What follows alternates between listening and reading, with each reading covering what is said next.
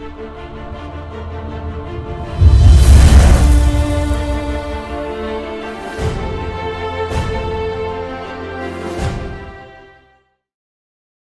Daddy.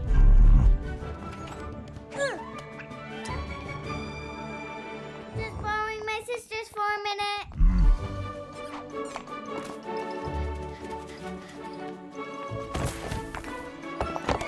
Ha! Now we really have all your eggs. Yeah, and there's nothing you can do about it, Red. Oink, oink, oink, oink, oink. Lap it up, piggies, 'cause you're gonna be crying in a second when I kick your butts and take all your, um.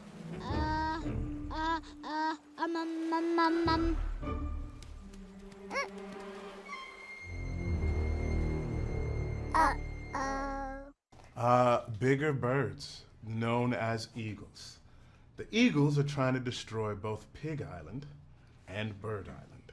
And so in order to stop the eagles from coming to destroy everything, the birds and the pigs have to make an alliance to go against a greater evil than themselves. I play Gary the pig, who's also an inventor of sorts, who comes up with things that aren't that effective or too effective, depending on how you see them. He's got a bit of bravado about him through the whole thing, and ultimately becomes one of the team that helps take down Eagle Island. Oh, yeah. So Invisispray is a spray that helps to turn you invisible. The downside is that you are never visible again. Nice one, Gary. Then you have the Eagle Detector, which is very effective in detecting eagles, except it's also very loud, and it's also very annoying, and probably will let eagles know that they've been detected. So what's the point of detecting them if now you know that they know that you're there? You know what I mean. And then the flame retardant literally is the snot of a pig. And I didn't know this, but evidently real pig snot does put out fires. I'm just kidding. I don't know if that's true or not.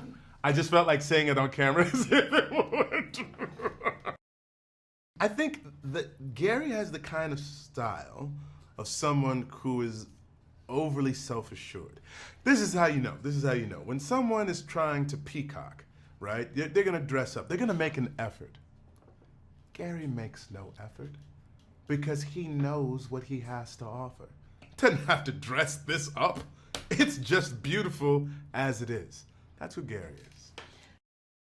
Oh man, I can tell you that I'm fans of a lot of them. I mean, Rachel Bloom has a voice from the heavens, and she's also incredibly funny. Sudeikis and McBride and Josh Gad and Bill Hader, like all the folks from the original movie, are back and are better than ever. And then you got the incredible talents of one Miss Leslie Jones. You got Nicki Minaj up in this joint. Like it's a great group of people, and I'm happy to be counted amongst them. Let's see. I watched a lot of James Bond movies, and I'm a big fan of Q. And so I was like, what if Q were a pig who wasn't that good at his job? And then I just started playing around with it. And we had a few different options at the beginning, and the producers and the director ultimately said, like, yeah, let's do your British version. I also get giddy as an American because the Brits always come over and they do their American accent. So now Dinklage and I can join the Americans who do British accents. It's fun. Good directors, good producers. I think that there's a sense of fun that we all collectively bring to it. Most of us have children, so there's an enthusiasm for allowing your kids to see you do something that you know that they're going to like. I think our director did a wonderful job of making sure that everybody was having fun every time they stepped into the booth. They're gonna love the hatchlings, which are absolutely adorable. They're gonna love the idea that pigs and birds can come together, because in the first movie they're like, we're not coming together, and then all of a sudden they find this alliance, which I think is a good lesson. I think the young ladies that come to see the film, they recognize that we can be the hero and we can be the villain, and that we don't have to be the damsel off in the corner waiting to be saved. Like, any character is a possibility for us. Angry Birds 2, we find the pigs and the birds are not enemies per se, but they are constantly heckling one another. Different pranks are being pulled all the time. And then there's a third island that we discover, Eagle Island, and Eagle Island is looking to destroy both Piggy and Bird Island. So in order to keep their islands from being destroyed, the pigs and the birds must come together right now, or else risk being destroyed. We start off where we left off, and you got the birds and the pigs still going at it in this massive prank war. You have, Red is still feeling himself, still being treated like a hero, posters up all over the place, everybody walks by him and is very happy to see him, unlike the beginning of the first movie. And that might be a little bit getting to his head.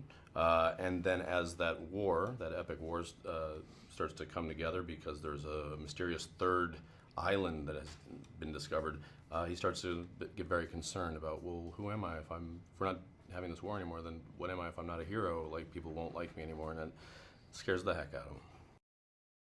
I play Silver. She is the smartest in her year, or any year, at Avian Academy. She's an engineer, and she has really good social EQ, too. So she is a genius who's also great with other birds. She's great. I really, really like her, and I would like to hang out with her. I play Red, the angriest bird of them all. We got a snake that's very short-lived, has no lines, becomes clothing. We have, well, of course, we have Chuck, my brother, played by Josh Gad. We have I think Bomb. you have to say the Josh Gad. You have to say the Oh, Josh the Gad. Josh Gad. I'm Contractually. sorry. Yeah. You're right. I know. I don't want to get... He's such a stickler. Yeah. It's awful. His people are just relentless on you. It's terrible. Danny McBride is Bomb, and then Sterling K. Brown is Gary. That's right. Gary is our gadgets expert. Modeled in the... I like to think Hugh from Bond is modeled after Gary. No, it's Time-wise, the other way. Yeah, chronologically it makes no sense, Yeah. but you Sony folks probably I see have it. access to a time machine. And then we got Bill. I mean, Bill plays the King Pig. Does he have? I forget his name. Oh. Leonard. Thank you, Leonard. Such a good name too.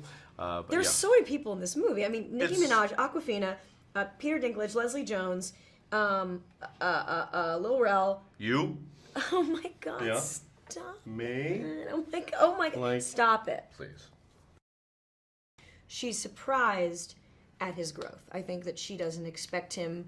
I think she's had baby steps with other people she's tried to kind of reach out to and, say, how do you feel? Tell me how you feel. I think it's kind of worked in the past. This has definitely been the best it's ever worked, and it surprises her. Yeah. I think Silver definitely pushes all of Red's buttons, even not even on purpose at the beginning. I think at some point maybe on purpose, but again only to hopefully to see how he responds and in a way that speaks towards his better, I'd say angels, but let's say his better bird angels. Silver's relationship with Chuck is they're very close, but also she is tired of being seen as his little sister, but she falls into stuff very easily. Like when he tickles her, she wants, no, respect me, I'm an adult now, but tickling tickles. You can't help but laugh. And that's what family is. You want to be you want to be seen as your own person. No, I'm an adult now, but there are just patterns you fall into that are, it's almost like hardwired from such a young age, and that's family. I mean, I do genuinely love the process of recording, and going in and then constantly sort of like, sharpening, starting out this big, and then you kind of like, it keeps getting sharper and sharper, and you go back and you re-record, but you're never just re-recording for no purpose. Like, it's not just like, to spend money. We would do that. It's always to refine it, to make it a little bit better, a little bit sharper, as you start to get the other performances coming in, because again, we do it all by ourselves at different times, all over the country, all over the world, for all I know. And then then you start to hear what other people are doing, and you sort of find this this